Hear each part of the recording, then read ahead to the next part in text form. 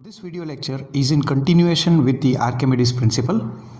So here I have taken a stone whose volume is 50 centimeter cube. Now you must also understand that 1 ml is equal to 1 centimeter cube because ml is also the unit of the volume. Now I have taken three different liquids over here. I have taken kerosene, oil and water. Now we know that the density of water is about 1000 kg per meter cube, or it is also about 1 gram per centimeter cube. And then we have oil, we should take suppose say engine oil or something like that. It is bit denser than the kerosene, so kerosene's density is 0.7 grams per centimeter cube, or it can be expressed in kg per meter cube as 700 kg per meter cube approximately, whereas the oil has about density 800 kg per meter cube, and it can vary. If you are using the diesel engine oils, that could be more probably denser than the normal oil.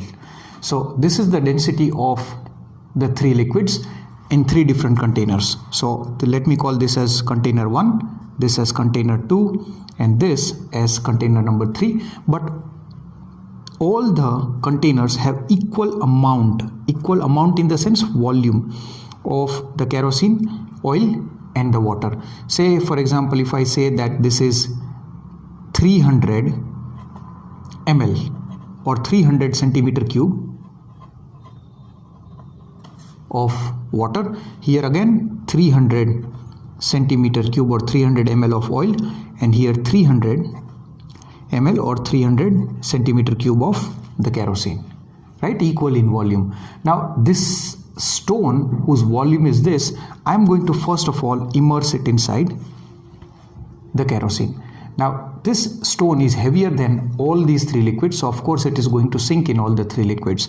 So after a while we see that after immersing the stone completely, the level of the stone rises, and this is known as kerosene displaced. Okay, now this final reading would be 350 ml or 350 centimeter cube. Now if I pull out this stone, clean this, and again if I immerse this inside the oil, then again oil will be displaced up, and the final reading would be 350 centimeter cube. This is the volume of the oil displaced, and same thing, I am going to clean this again and immerse this in water.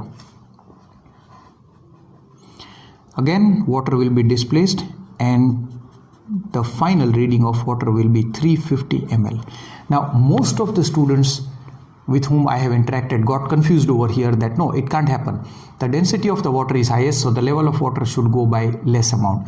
That is the biggest misconception. You should always understand that whatever liquid you are taking in, the displaced liquid's volume, so the volume of whichsoever displaced liquid is always equal to the volume of the stone. So this stone remains the same in all the three liquids.